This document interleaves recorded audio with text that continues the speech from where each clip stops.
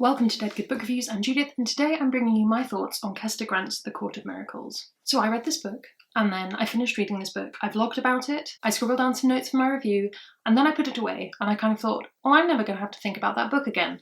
And then it stayed with me, and it continued to stay with me. And I realised that the only way I'm going to get this book out of my life is if I do a review of it here on this channel, where I can talk about the pros and cons of this book, because it frustrated me so much. So prepare yourselves. Get in the zone for some questionable content. I'm going to read you the description so that you know what you're getting in for. Les Miserables meets Six of Crows in this page-turning adventure as a young thief finds herself going head-to-head with leaders of Paris's criminal underground in the wake of the French Revolution. In the violent urban jungle of an alternate 1828 Paris, the French Revolution has failed and the city is divided between merciless royalty and 9 underworld criminal guilds known as the Court of Miracles. Eponine, Nina, Thénardier is a talented cat burglar and member of the Thieves' Guild. Nina's life is midnight robberies, avoiding her father's fists, and watching over her naive adopted sister Cosette, Etty. When Etty attracts the eye of the tiger, the ruthless lord of the Guild of Flesh, Nina is caught in a desperate race to keep the younger girl safe. Her vow takes her from the city's dark underbelly to the glittering court of Louis the 7th? Yes. And it also forces Nina to make a terrible choice: protect Etty and set up a brutal war between the guilds, or forever lose her sister to the tiger. So The Court of Miracles is an upcoming book from Harper Voyager, I think. It's out in June, I believe, hence I've just finished reading it. I'm not sure if the pub date has changed. I will put that on screen so that you can enjoy it if you wish. There will also be links below. Full disclosure, I was sent a digital advanced review copy of this book so that I could review it for you, which is what we're doing here. I'm not paid to talk about it. Nobody has given me any money, sadly. There you are disclaimed. So The Court of Miracles is described as Six of Crows meets Les Miserables in what is probably two things that should never have come together, and yet they did in this book. We'll get into it. I've made a list of pros and cons so that we can work through them in a logical order. Pro number 1. There are interesting guilds in this book. The setting is that we have this main character, Nina, who is the daughter of a very horrible man who essentially gets herself into one of these guilds. And the plot of the book is semi a revenge plot, semi a heist plot, but the overall setting is these guilds. And we have a guild of thieves, we have a guild of essentially assassins, we've got various other unsavoury types living in this Court of Miracles, which, if you didn't know, because I didn't, was the name of the part of Paris which were the slums, which were called the Court of Miracles because the rich people were saying, oh, so many people are faking their disabilities there that they just get up and walk or suddenly are able to see. Every day there are so many miracles there. We have these really interesting guilds, and I've read a lot of books that have guilds in. The strongest one is obviously going to be Terry Pratchett's Thieves' Guild, Assassin's Guild, and in that there's very much a comedic element to it. In this it's not. It's very spooky, it's very atmospheric and creepy. I actually really liked how the guilds played out in this book. I thought that the different guild hideaways were really clever. I enjoyed that part. It was good. It was good. Con. Just a warning before we get into the cons. Every single one of these is going to be to do with the Les Mis side of the book. Pro. There's some really lovely descriptive writing in this book. There's a whole section that's a prison break, and it massively just painted a picture in my mind of this really grotty prison and a horrible oubliette where people were just left to die that this character breaks into and saves people from, and it was really good, and I really thought that the writing was lovely and descriptive. Con. Part of what makes Les Mis interesting is that the key players in this are never involved. We have a bunch of students having a revolution against a monarchy that we never see. The closest we get is some random army guys and a police inspector. That's one of the great things about Les Mis, is it's all about the little people who are affected by these huge changes.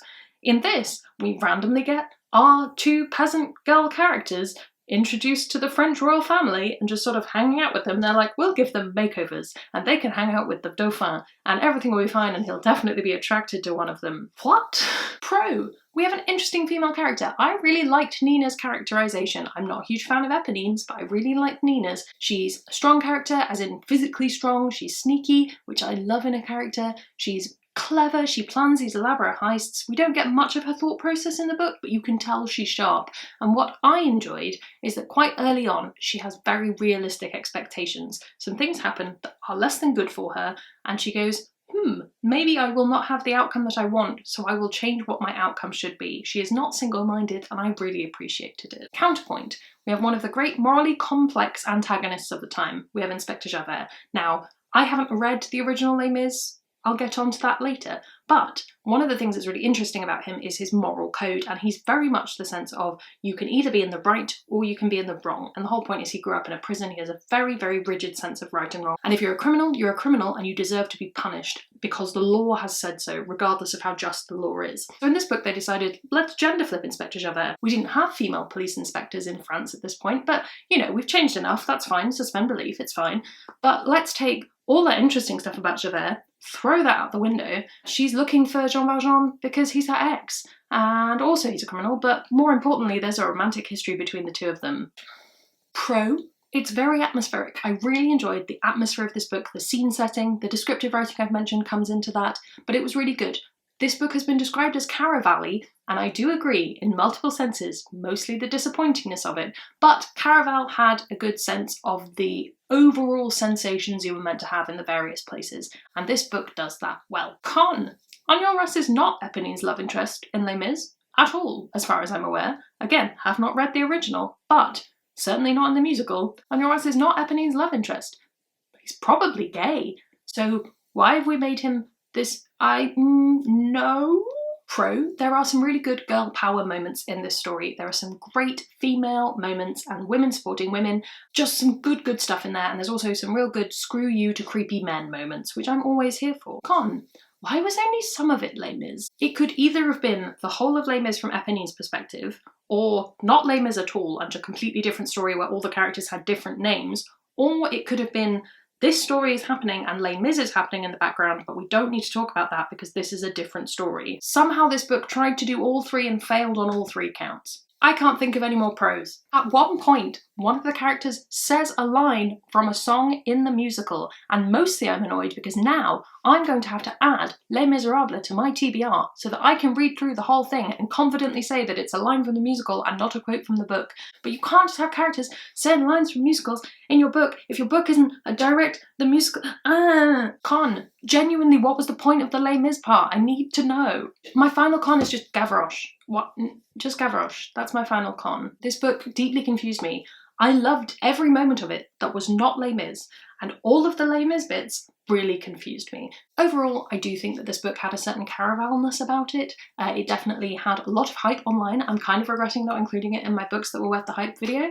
Never mind. It continues to have a lot of hype online. There are some really good elements to the book, but overall my impression was, huh? What?